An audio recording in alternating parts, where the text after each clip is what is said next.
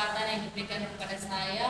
Saya atas nama Cindy dan sekarang saya akan menjelaskan tentang media yang saya buat dan judul materinya Panca Indera.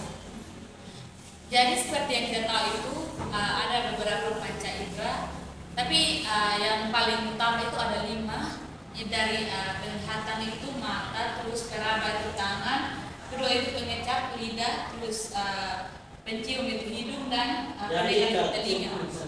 Nah, sekarang itu kita bisa mengajar di siswa bagaimana cara mengenal panca indera. Kalau mata itu kan dia bisa melihat, seperti yang kita gunakan sekarang itu kita bisa melihat.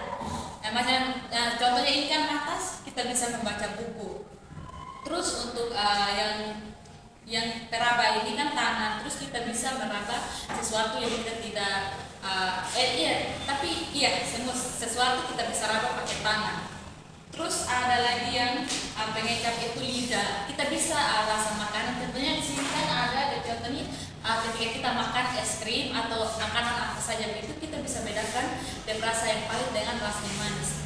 Terus di sini itu penciuman itu hidung. Kita bisa sepertinya kalau kita contohnya kita masak, kita bisa tahu aroma masakan itu seperti apa. Terus di sini ada pendengar. Contoh kita dengar musik atau dengar suara juga pasti kita membutuhkan telinga untuk mendengar.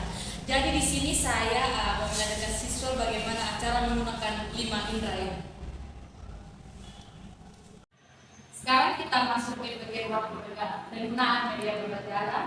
Yang pertama itu di bagian penglihatan. Ini adalah salah satu indera utama dalam pembelajaran, terutama untuk membaca, menonton video dan mengamati berbagai gambar. Waktu yang diperlukan biasanya sangat bervariasi, tergantung pada kompleksitas materi dan kecepatan individu dalam proses informasi visual. Terus kita masuk di indera peraba. Di sini waktu yang diperlukan dapat bervariasi, tetapi seringkali membutuhkan latihan berulang untuk mencapai keterampilan yang diinginkan. Kita masuk pada indera pengingat. Waktu yang digunakan di sini perlu untuk pembelajaran melalui indera ini seringkali tergantung pada eksperimen dan pengalaman langsung. Terus ini ada indera pendengaran. Waktu yang diperlukan tergantung pada panjang dan kompleksitas materi serta kemampuan individu untuk memproses informasi yang akurat. Terus kita masuk pada indera penciuman itu waktu yang diperlukan biasanya tergantung pada pengalaman langsung dan latihan. Setiap individu itu memiliki referensi dan kekuatan indera yang berbeda sehingga waktu yang diperlukan untuk pembelajaran melalui masing-masing indera bisa sangat bervariasi. Selanjutnya kita akan masuk pada langkah-langkah penggunaan media ini. Yang pertama itu penglihatan, kita bisa visualisasi. Itu menggunakan gambar, diagram, dan video untuk memvisualisasikan informasi. Terus untuk bacaannya bisa buku, bacanya teks atau buku dengan ilustrasi yang menarik.